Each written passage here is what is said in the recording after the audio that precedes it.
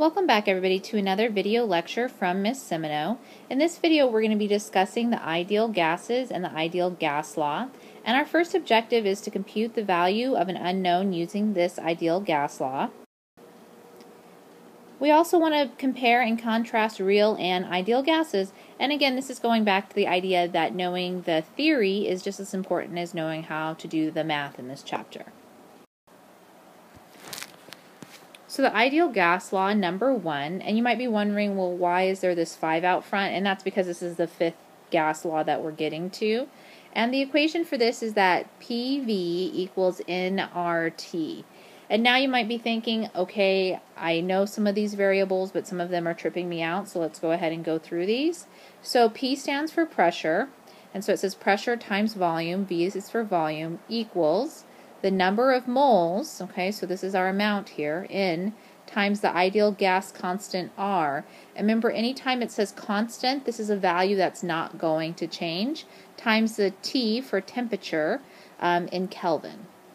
So this R value that I just mentioned that's going to stay the same all the time is 8.31, and then these are the units that goes with it, so liters times kPAs, divided by moles times Kelvin. And we'll see how that's better written out in the next slide. So the other units must match the value of the constant. So what this means, so if you get a problem and it's giving you your pressure value in atmospheres, you're going to have to convert it to kPAs. As well as if the problem gives you the temperature in Celsius, you're going to have to convert it into kelvins. So the value of R could change if the other units of measurement are used with other values, but we are not going to do this one. We're always going to just use this R value of 8.31, use it with the correct units so there's not any misinterpretation. That way you're getting the right answer on your test. So one of the cool features about this ideal gas law is it gives us a new way to count moles or be able to figure out how many particles are in a substance by measuring this temperature, pressure, and volume. And so now we're not restricted to only these standard temperature and pressure conditions, these STP conditions that we talked about. And so the formula that we're going to use to determine the amount of moles in a substance is N equals PV divided by RT. So pretty simple. In addition, by the name of the ideal gas law, we are going to have to assume that these gases are behaving ideally. In other words, they obey all the gas laws under all conditions of temperature and pressure. And we've talked a little bit about this before, but an ideal gas really doesn't exist, but it makes the math easier and we have a pretty darn close approximation. So remember that particles have no volume. This is one of those assumptions that we make, and of course we know that gas molecules have a volume to them. So this assumption is wrong, but we just have to go with it to make these approximations. And also we talked about that the gas law says that there's no attractive forces, and again we know that that's wrong. Some gases do have attractions, if nothing else than the simple van der Waals attractions.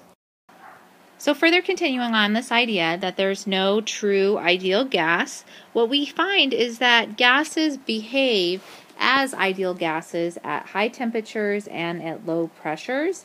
And this is because of these conditions, they will stay a gas. Remember, it wasn't too long ago that we looked at those phase change diagrams where we talked about pressure and temperature, and depending on the pressure and temperature, it caused the substance to be a solid, liquid, or gas.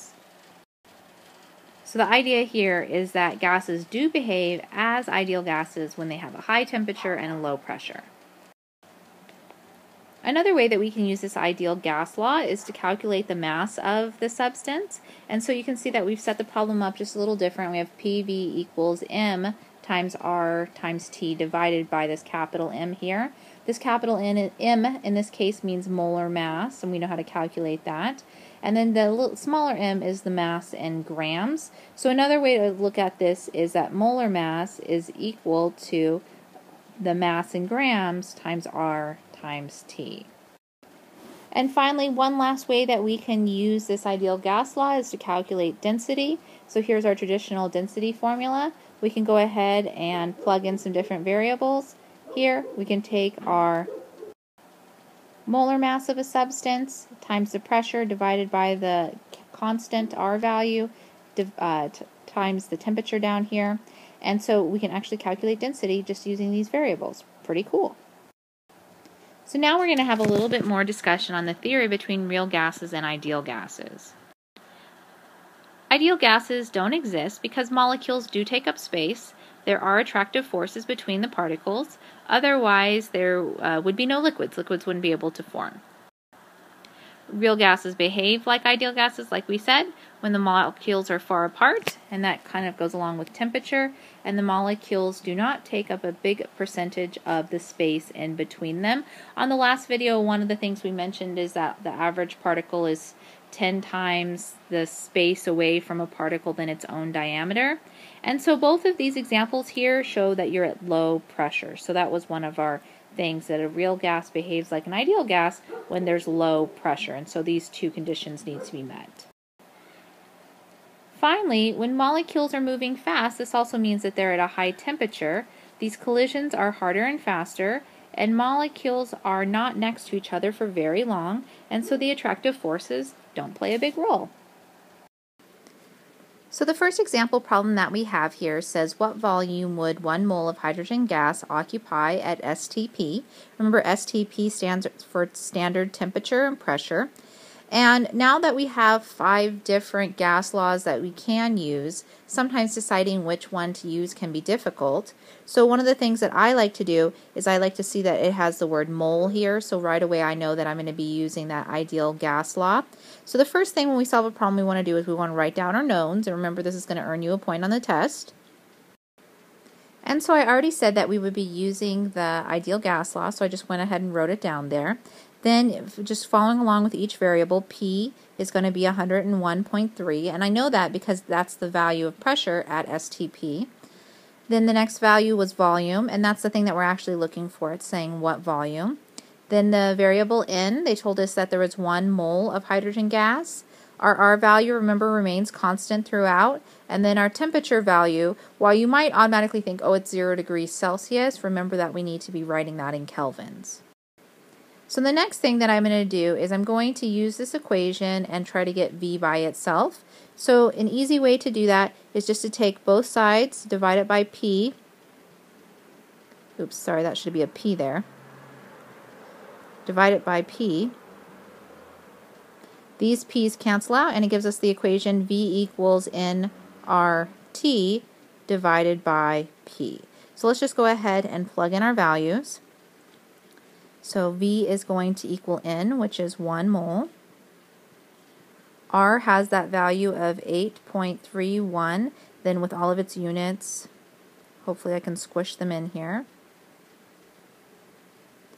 And then times T, which we said was 273. And then I need to put the unit Kelvin. Hopefully you can see that squished in. Divided by the pressure, which was 101.3 kPas.